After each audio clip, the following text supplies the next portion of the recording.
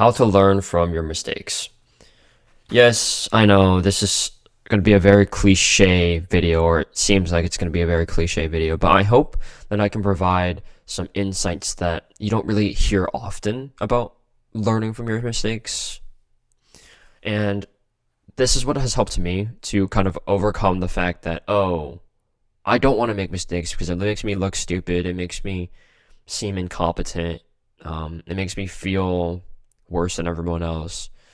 I'm gonna help you reframe that, I think, and I'll also help you to come up with a new mental model surrounding mistakes because I feel like society convinces us that mistakes are not meant to be dealt with because we just want to avoid them in the first place.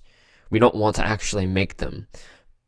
But you'll soon realize, and I'm sure you've realized that with whatever, regardless of what you do in your life, for your work, for your career, there's never a way to just 100% fully avoid mistakes. And so, because of that, you're guaranteed to make mistakes and you need to learn how to deal with them. So there's so much content out there about prevention, right? 7 ways to not lose, like 7 mistakes to that you make in the gym, right? Like 7 things that you shouldn't do in the gym. Very good start, right? Because when you know what not to do, it's very easy to avoid those mistakes and failures, which is good. But along the journey, you're still gonna make mistakes, right? And I've just made a video about inversion and how to figure out what not to do, which is so good. But that will never save you from 100% fully from making mistakes. So this is how you actually learn from them. This is not going to be the same cliche advice that you've gotten from everyone else. This is what I have learned, and this is what I've experienced, and it's what worked for me. So the first thing is to make more mistakes, to actually put yourself through more pain, to see that, oh, I actually don't know as much as I think I do. I'm actually not as good as I think I am. Because when you do make more mistakes, not only are you learning, you're giving yourself more opportunities to learn, but you're building the muscle of somebody that does make mistakes, someone that does actually realize that they're not that good. And you build the muscle of actually learning from it, because a lot of people, I've fallen into this trap as well, are perfectionists. We try to avoid making mistakes as much as possible. We want to try to seem like this robotic, perfect, almost inhuman, machine almost. Like we don't make mistakes. We're just consistently perfect. That's kind of the projection that we want to create. And whenever you have that mindset as a human, as a human that makes mistakes, that's wired to make mistakes biologically, consciously, cognitively, then you're setting yourself up for disappointment. You're setting yourself up for a really, really miserable existence.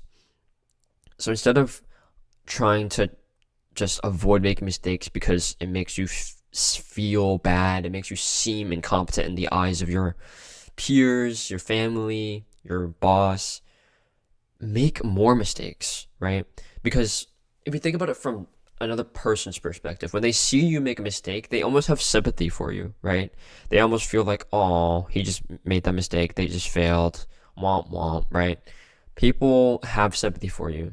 And I'm not saying you want sympathy, I'm just saying, like, from their perspective, they feel less bad about themselves. So it's almost like a selfless thing to make more mistakes, to fail more, because when you fail more, people feel better about themselves, right? They don't feel like they're the only ones going through it, because I feel like there's this subconscious energy between us, between like the people that you work with, the people that you compete against, where we're all trying to beat each other and be better than each other and improve, but we don't speak about it. We don't talk about it, right? It's like the Asian moms that really, really want their kids to get perfect grades and compete against the other Asian moms so that their kid becomes valedictorian, and it's like this secret under the table competition, right?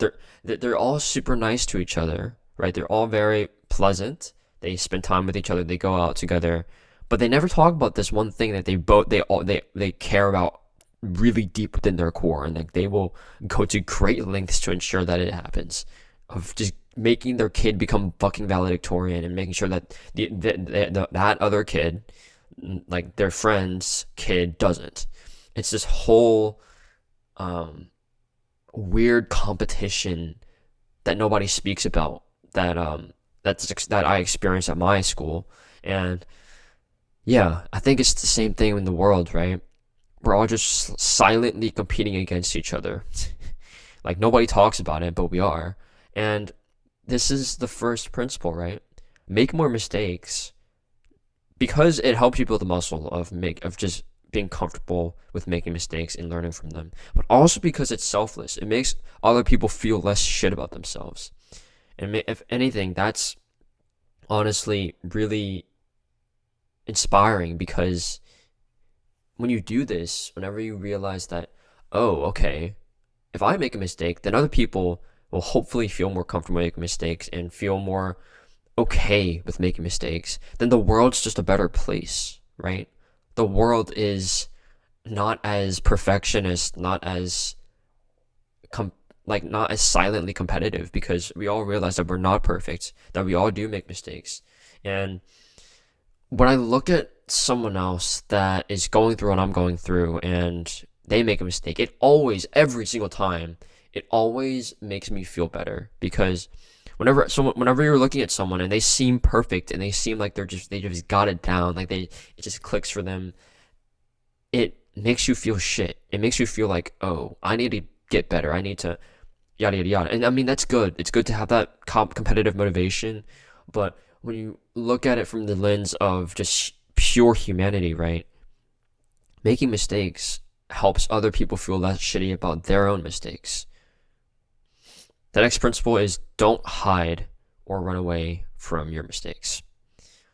So this is something I used to do. I would make a mistake and I would feel embarrassed and I'd run away because I didn't want my friends to see me making the mistake. Or like when I was really young, I had this terrible, terrible fear of misbehaving, right? Because I didn't want, like, we had these cards, right? And so whenever you were caught misbehaving, you change your card from green to yellow.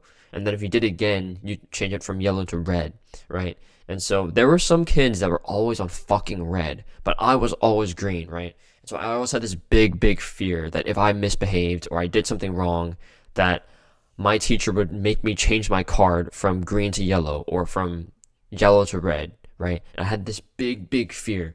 And I would always, always try to be perfect, never misbehave, never break the rules.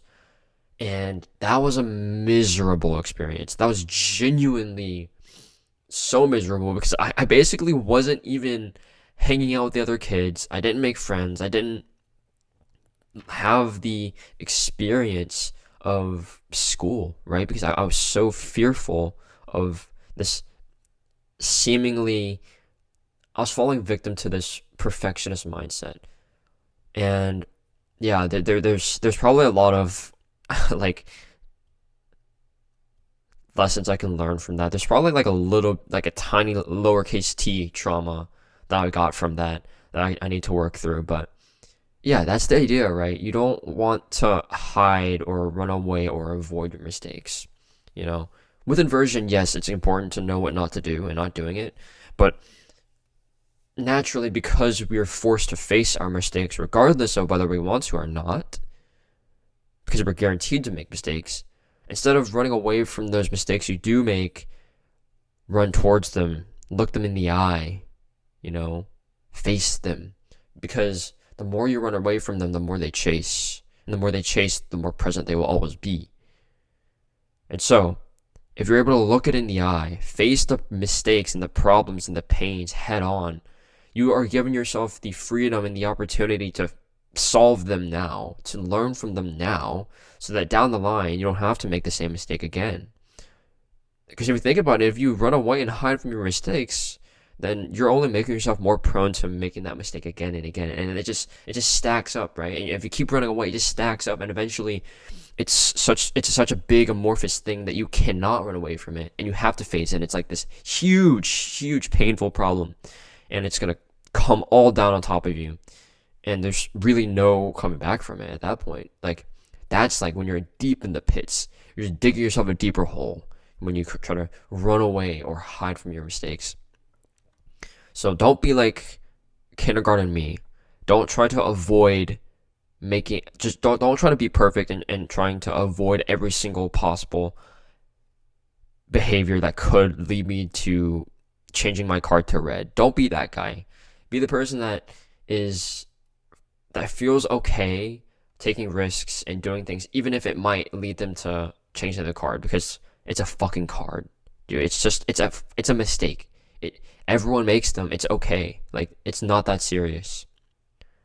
And whenever it comes to making decisions that could have serious consequences, that could be a serious mistake, then apply inversion. Use what you've learned, ask for advice, and then make the decision. And if it doesn't work out, then guess what? You look it in the eye and you fucking fix it. And then finally, last principle, I like this one a lot, is, when people say to be 1% better every day, we can invert that and use that on mistakes. Try to make a mistake 1% less. So instead of trying to like instantly solve your mistake within a blink of an eye, or trying to run away or hide from your mistakes, look them in the eye and try to solve them, but not by improving yourself by 1% every single day. Instead, you want to be 1% less of that mistake. You want to make that mistake 1% less, if that makes any sense.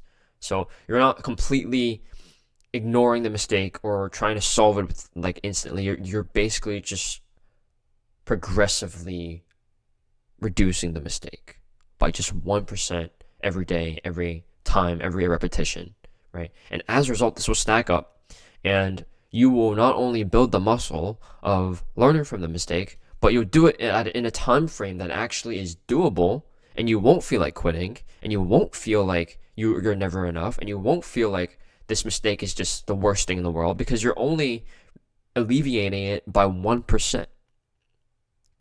So there's a little bit of inversion for you.